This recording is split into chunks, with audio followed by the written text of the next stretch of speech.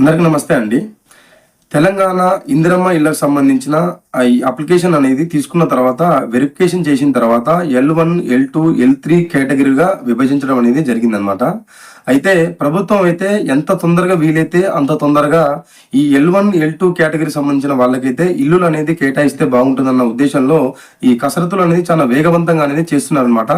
దీంట్లో భాగంగానే సీఎం రేవంత్ రెడ్డి గారైతే ఈరోజు నారాయణపేట మన ఈ అపకపల్లిలో 72,045 ఇళ్లకు గాను ఈ శంకుస్థాపన అనేది చేస్తున్నారు అనమాట. అంటే ఈ భూమి పూజ అంటారు కదా, ఈ భూమి పూజ సంబంధించిన ఈ కార్యక్రమం అనేది ఈ రోజు అంటే శుక్రవారం రోజు అనేది జరుగుతుందన్నమాట.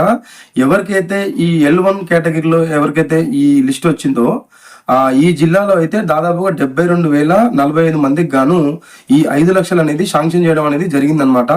వీరికి సంబంధించిన ఈ కార్యక్రమం అనేది ఈ రోజు శుక్రవారం అనేది మొదలైందనమాట.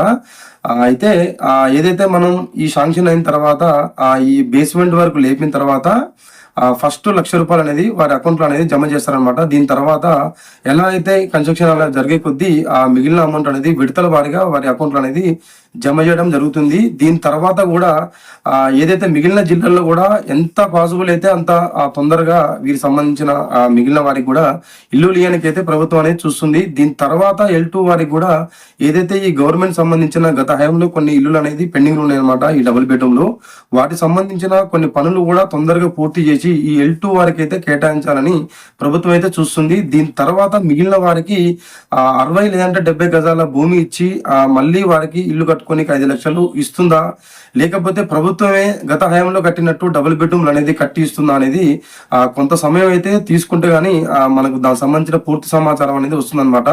ఫస్ట్ అయితే ప్రభుత్వం అయితే L1 లోకి ఎవరికైతే పేర్లు అనేది వచ్చాయో ఈ L1 సంబంధించిన వాళ్ళకి ఎంత పాసిబుల్ అయితే అంత పాసిబుల్ గా, అంటే ఎంత మందికి ఎక్కువ మందికి అయితే అంత మందికి ఈయనైతే ప్రభుత్వం అయితే చూస్తుంది అనమాట. దీనిలో భాగంగానే నారాయణపేట అప్పనకల్లపల్లిలో ఈ ఏదైతే 72,045 ఇల్లులకు గాను ఈ రోజు సీఎం రేవంత్ రెడ్డి గారు అయితే శంకుస్థాపన అయితే జరుగుతుందన్నమాట.